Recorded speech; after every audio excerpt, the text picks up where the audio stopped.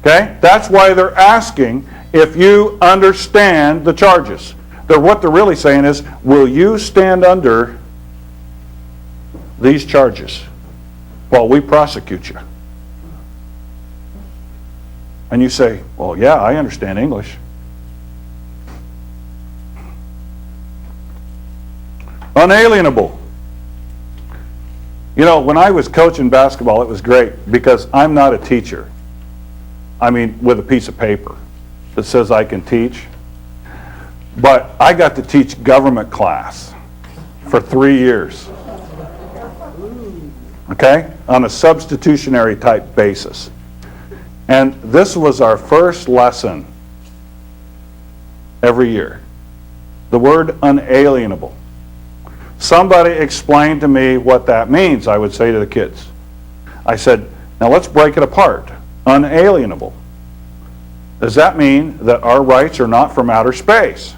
They're not alien? Or could we say it another way and make it a commercial term, which is unalienable? Now, if I change the emphasis on those syllables just a little bit, I can comprehend this word in a context never before heard by me. The first time I heard a guy say unalienable, I thought, wow, that was like a 2x4 over the head. Because all of a sudden, I got a root word there of lien, and I understand what a lien is because I was a contractor for 20 years. And an unalienable right means nobody can attach it. That's what they were saying in there. Nobody can attach those rights. You can't even give them away very easily. So think about unalienable. Now, we already talked about program. We talked a little bit about dollar and money. We're going to talk about adjust. Please adjust my account. Well, how about if we put add justice? Adjust this account. Add justice. We just put 3 little more letters on the end of it, and now we got a whole new meaning to the word. Please adjust my account. Please add a little justice to my account. Okay? How about justice or just us? J-U-S-T-U-S. I'm here to get justice. You're going to get it because it's just us. You ain't in that. We're going to talk later about offer and acceptance, contracts, redemption. We talked about public policy and common law. We're going to talk about appearing. What does it mean to appear? Okay? When something appears to you here, it doesn't necessarily appear to the judge in court. There's a certain way that you have to make something appear. For instance, a guy walks into court here about 18 months ago with a UCC-1 in hand. And he says, Your Honor, can I give you this? He says, sure, hand it here. The judge looks at it and he says, doesn't mean anything to me. Hands it back to him. The guy looks at it and he's thinking and he's thinking and he's thinking. And he takes out his blue pen and he rewrites his name across it and hands it back to the judge. And you know what the judge says? Oh, now I see it.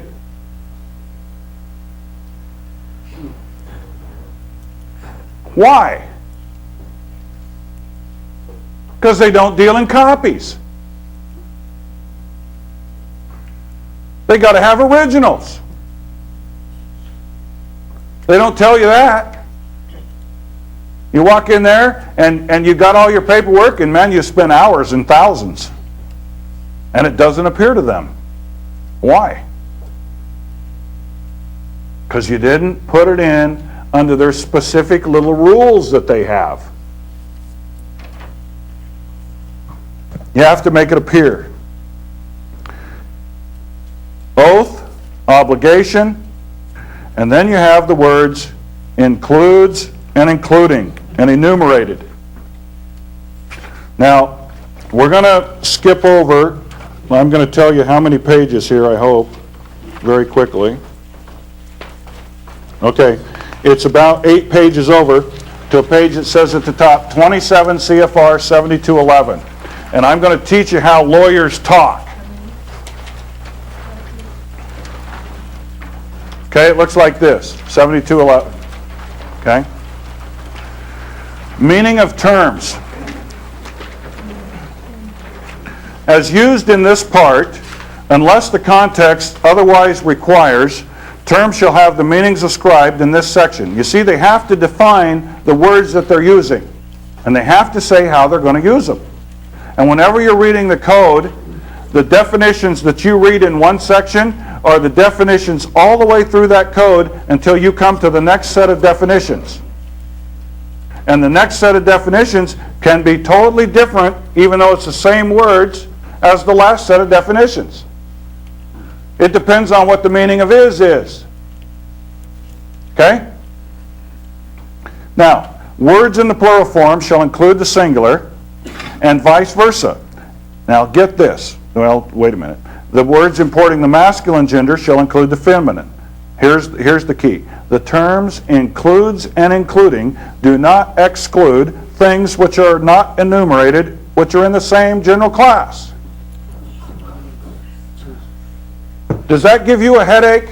No. It does me. The terms includes and including do not exclude things not enumerated, which are in the same general class. So there we got all 3 of the terms that we want to deal with in one sentence. Includes and including do not exclude things not enumerated. Enumerated means listed out, which are in the same general, not specific, class. Okay? So in other words, whenever they say this word includes this, generally in law, whenever you see the word includes, the only thing it means is what follows the word includes. Did you follow that? Yes. Golly. In other words, it'll say things like the word state. They're going to define state. State includes the District of Columbia, Guam, Puerto Rico, and the Virgin Islands. It doesn't mean the several states. Okay? It excluded them. If it doesn't list them, they're excluded. And by the way, the only time any law applies to the people is when it says the several states. It can't just say state with a capital S and then list Washington, D.C. That's the corporate state. That's the overlay state. That's the federal ID number state. State of Washington has a federal tax ID number. State of Idaho does too. County of King here has a federal tax ID number.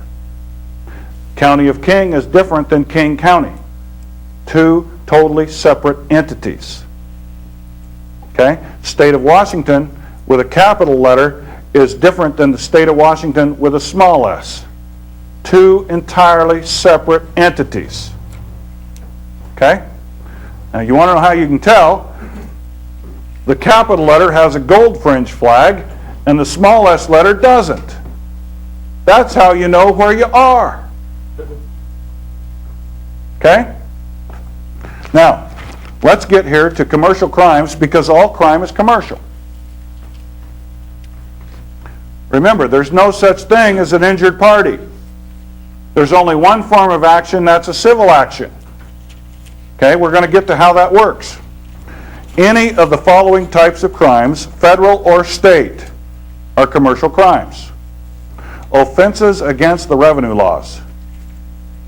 Burglary, counterfeiting, forgery, kidnapping, larceny, robbery, illegal sale or possession of deadly weapons, prostitution, extortion, swindling and confidence games, attempting to commit, conspiring to commit, or compounding any of the foregoing crimes. Addiction to narcotic drugs and use of marijuana will be treated as if such were a commercial crime. I don't know how many times the last 2 years the judges says, the UCC doesn't apply here. This is a crime. The Code of Regulation says it's a commercial crime, which means it's contract. Which means there's only two kinds of people in court: creditors and debtors. That's it. Okay? Now, there wasn't a whole lot of things left out there. You got to go back. You notice it didn't say traffic tickets. It didn't say murder. It didn't say rape. It didn't say building a dam without a permit. Okay? But what did the meaning of the terms say? Things not enumerated, which are in the same general class.